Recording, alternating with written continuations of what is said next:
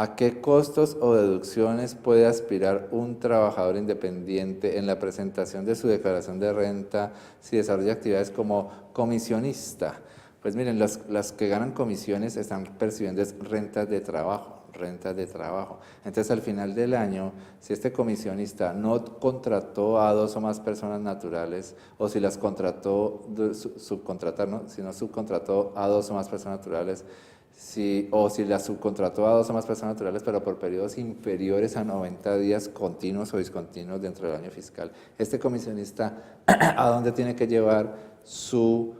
ingreso por comisiones? Lo va a tener que llevar a la cédula de rentas de trabajo, y en la cédula de rentas de trabajo lo que máximo le van a permitir son las deducciones del artículo 387 del Estatuto Tributario, que habla de los intereses en crédito de vivienda o que habla de la salud prepagada. Lo de los dependientes por ahora no se puede, sino solamente para los que tienen relación laboral. Usted lee el 387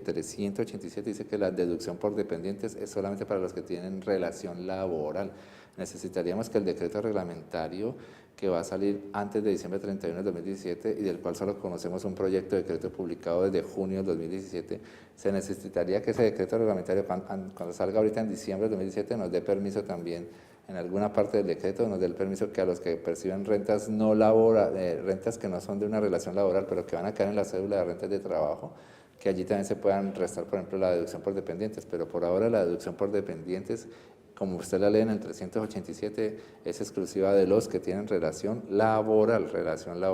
Listo, entonces eso le pasaría a este comisionista porque no tuvo subcontratadas a dos o más personas naturales, o porque las tuvo subcontratadas a esas dos o más personas naturales por periodos inferiores a 90 días y le toca llevar esos ingresos a la cédula de rentas de trabajo. Tiene esa limitación con sus deducciones. Pero si el comisionista sí contrató a dos o más personas naturales y por periodos superiores a 90 días dentro del año fiscal, entonces en ese caso esos ingresos tendrían que llevarse a la cédula de rentas no laborales. En la cédula de rentas no laborales vamos a mirar un momentico si me caben las comisiones, ¿sí? Artículo de la cédula de rentas no laborales. Me dice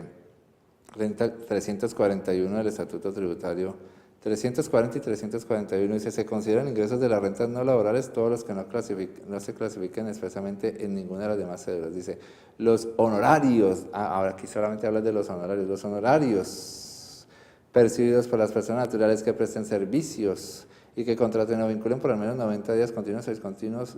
dos o más trabajadores o contratistas asociados a la actividad serán ingresos de la cédula de rentas no laborales. En este caso, ningún ingreso por honorarios será incluido en la cédula de rentas de trabajo. O sea que están dando a entender que a la cédula de rentas no laborales solamente aterrizarían los ingresos de los que ganan honorarios. No estoy leyendo la palabra comisiones, es de los que ganaron honorarios, entonces, habiendo subcontratado a dos o más personas naturales y por periodos superiores a 90 días. Entonces, ojalá en el decreto reglamentario, es que estamos hablando en un momento en el que todavía no se ha expedido el decreto reglamentario va a terminar saliendo antes de diciembre 31 de 2017, ojalá el decreto reglamentario también aclare que en esta cédula de rentas no laborales también puedan tener cabida los que ganen comisiones y otro tipo de servicios personales,